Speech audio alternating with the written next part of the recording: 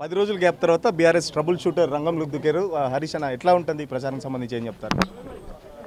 BRS గెలుపు ఖాయమైపోయింది. Jubilee హిల్స్లో ఒక నిశ్శబ్ద విప్లవం రాబోతా ఉంది. మాకైతే సంపూర్ణమైన విశ్వాసం ఉంది. మంచి మెజార్టీతో జూబ్లీ హిల్స్ చరిత్రలో ఎప్పుడూ రానంత మంచి మెజార్టీతో మా అభ్యర్థి సునీత గారు గెలుస్తారు. రేవంత్ రెడ్డి కూడా చెప్తున్నాడు 30,000 మెజార్టీ వస్తుందని చెప్తున్నారు. రేవంత్ రెడ్డి నిజంగా 30,000తో గెలిచేది నిజమే అయితే ఎందుకు మోకాళ్ళ మీద పరిగెత్తుతున్నాడు? 7 సార్లు ఏ ఉప ఎన్నికలో ఏ రాష్ట్రంలో ఒక ముఖ్యమంత్రి ఉప ఎన్నికకు 7 సార్లు పర్యటించడం అనేది ఇదే మొదలు. అంటే ఓటమి భయం పట్టుకుంది కనుకనే 7 రోజులు ముఖ్యమంత్రి పర్యటిస్తున్నాడు. 7 రోజుల ముందు 2 సంవత్సరాల నుంచి ఇవన్నీ మైనార్టీ మంత్రి 7 రోజుల ముందు ఇస్తున్నాడంటేనే ఓటమి భయం పట్టుకున్నది. ఏనాడు సినిమా కార్మికుల గురించి పట్టించుకొని ముఖ్యమంత్రి పిలిచి వంగి సినిమా కార్మికులకు దండాలు పెడుతున్నాడంటేనే ఓటమి భయం పట్టుకున్నది. 2 సంవత్సరాల నుంచి గిగ్ వర్కర్స్ గురించి ఆలోచించని ప్రభుత్వం ఈరోజు మాట్లాడుతుందంటేనే ఓటమి భయం నుంచే గిగ్ వర్కర్స్ నీకు యాదికి వస్తున్నారు. పీజేఆర్ అయినా ఎన్టీఆర్ అయినా 2 సంవత్సరాల నుంచి నువ్వు ముఖ్యమంత్రి ఉంటే ఇద్దరు గుర్తుకు రాలే.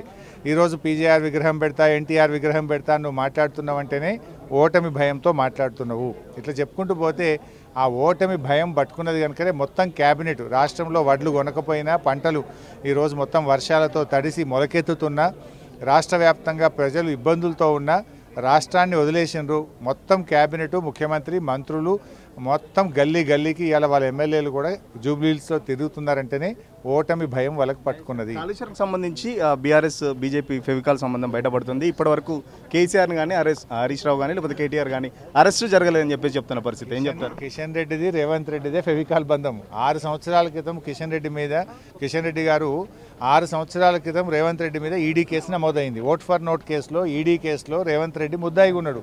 ఎందుకు 6 సంవత్సరాల నుంచి రేవంత్ రెడ్డిని అరెస్ట్ చేస్తలేడో ముందు బీజేపీ చెప్పండి.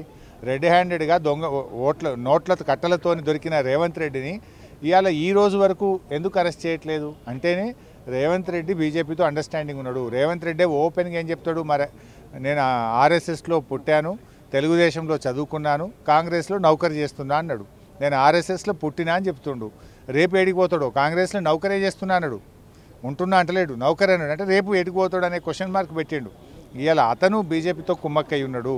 అందులో ఎవరికేం అనుమానం లేదు. బీఆర్ఎస్ ఎప్పుడైనా సెక్యులర్ పార్టీ, బీఆర్ఎస్ ఒంటరిగానే ఉంటుంది. బీఆర్ఎస్కు మాది ఒకటి తెలంగాణ ప్రజల టీం. ఇవాళ ఎంఐఎం నువ్వు కాంగ్రెస్ పార్టీ చెప్తుంది బీజేపీ బి టీం అని బీహార్లో.